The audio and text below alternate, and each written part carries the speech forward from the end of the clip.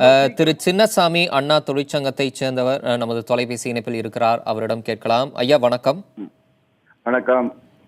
முதலமைச்சரின் உடல்நிலையை குறித்து அறிந்து கொள்வதற்கு ஏராளமான தொண்டர்கள் அப்போலோ மருத்துவமனை வளாகத்திலையும் தொலைக்காட்சி முன்பாகவும் உட்கார்ந்து பார்த்துட்டு இருக்கிறாங்க. இந்த நிலையில லண்டன்ல இருந்து பேசின அதிமுகவை சேர்ந்த திரு துரைக்கண்ணன் முதலமைச்சர் விரைவில் குணமடைவார், அவருக்கு நேரடியாக மருத்துவ சிகிச்சை அளித்த ரிச்சர்ட் பீலாவிடம் நான் பேசினேன் அப்படின்ற தகவலையும் முன் வச்சார். இந்த தருணத்துல நீங்க அதிமுக தொண்டர்களுக்கு சொல்லக்கூடிய கருத்துக்கள், திரு துரைக்கண்ணன் புதிய தலைமுறை வாயிலா பதிவு செஞ்ச கருத்துக்களையும் நீங்க எப்படி பாக்குறீங்க?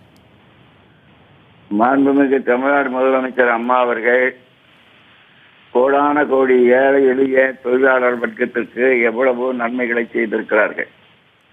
ஏழைகளுடைய பிரார்த்தனை, 1.5 கோடி தொண்டர்களுடைய பிரார்த்தனை, 7 கோடி தமிழர்களுடைய பிரார்த்தனை, நிச்சயமாக அம்மா அவர்கள் குணமடைவார்கள். இப்பொழுது முன்னேற்றம் ஏற்பட்டிருப்பதாக சொல்கிறார்கள். உள்ளபடியே நாங்கள் அதை நம்புகிறோம்.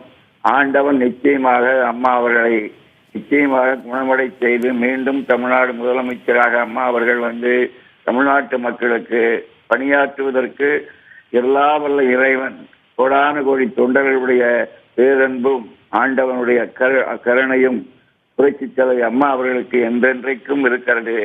ஏழைகளுடைய மனம் குளிர அம்மா அவர்கள் நல்ல காரியங்களை செய்திருக்கிறார்கள். ஆகவே அம்மா அவர்கள் நிச்சயமாக குணமடைந்து மீண்டும் வந்து கட்சிப்பணியும் ஆட்சிப்பணியும் தொடர்வார்கள் என்பதில் எந்த சந்தேகமும் எங்களுக்கு இல்லை.